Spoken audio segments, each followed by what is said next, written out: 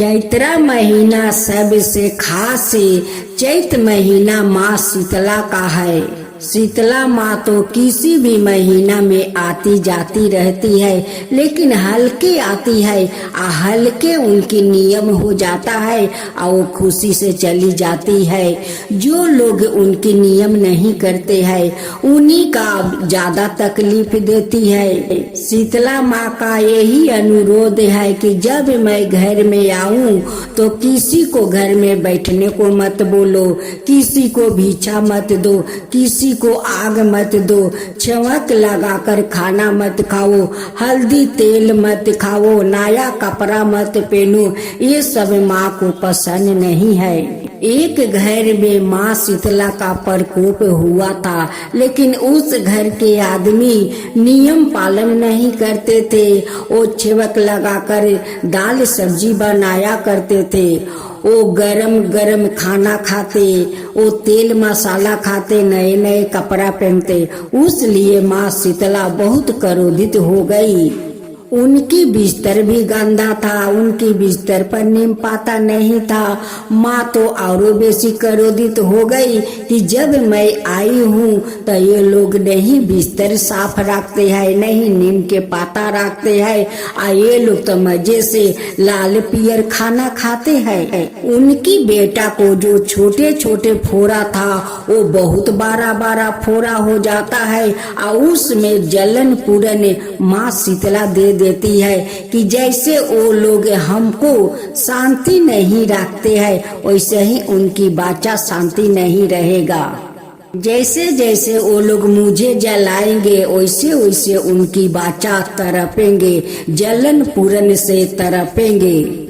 माँ शीतला उस लड़का के सपना में आती है और कहती है कि देख तेरा परिवार तेल हल्दी छेवक लगाकर दाल सब्जी खाते हैं, जितना वो मुझे वो लोग जलाएंगे पुराएंगे उतना तू तड़पेगा। अगर हमारा वो लोग पालन नहीं किया तो तू ऐसा ही तड़पते रहेगा, तेरा शांति नहीं मिलेगा। अगर तेरा परिवार मुझे शांति रखेगा तभी तू शांत रहेगा। उस लड़का ने अपना परिवार को बोला, लेकिन परिवार उनकी बात को नहीं माना। एक दिन माँ शीतला बूढ़ी का रूप धारण करते हुए उनकी परिवार में आती है, कहती है कि अरे तेरा परिवार में माँ शीतला का प्रकोप हुआ है और तुम लोग छेवक लगाकर दाल सब्जी खाती हो, खाना रंग बिरंग को बनाकर खाती हो। देखो तुम्हारा बच्चा कितना तड़प रहा है, तुम माँ शीतला को शांत क्यों नहीं करती हो?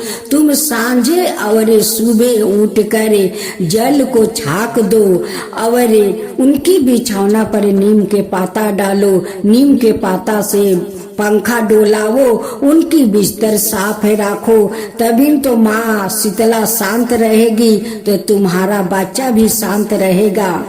कह कर चली जाती है, लेकिन उस शीतला माँ को वो लोग बात मान लिया कि एक बूढ़ी माँ आकर ऐसी ऐसी बात की है, हम लोग शीतला माँ को मानेंगे और नियम पालन भी करेंगे।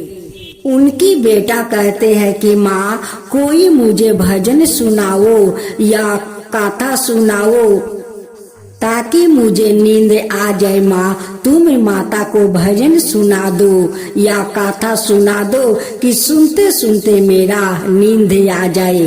उनकी माँ सिरहाने बैठ जाती है और हाथ में नीम का पाता लेकर पंखा डोलाती है और उन्हें भजन सुनाती है।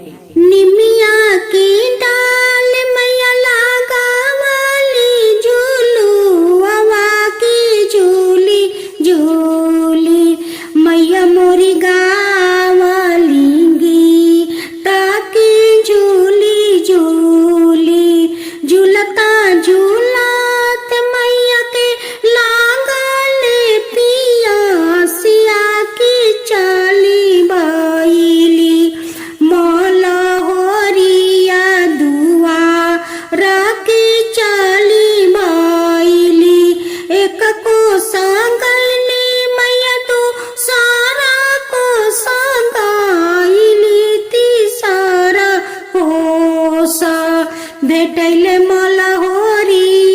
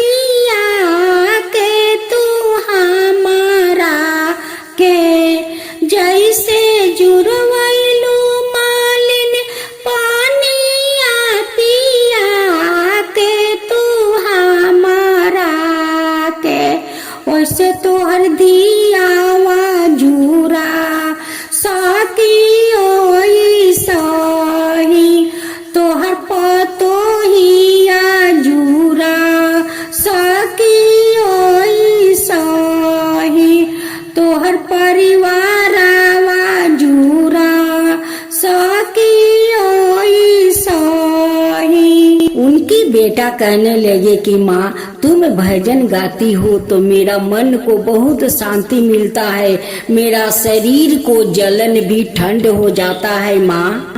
तुम ऐसे ही मुझे नीम के पाता डोलाते रहो, मुझे भजन सुनाते रहो माँ, मुझे बहुत शांति मिलता है माँ, बहुत शांति मिलता है। उनकी परिवार श्रद्धा पूर्वक माँ शीतला को नियम पालन करने लगी। अब तो माँ शीतला उन पर प्रसन्न हो गई।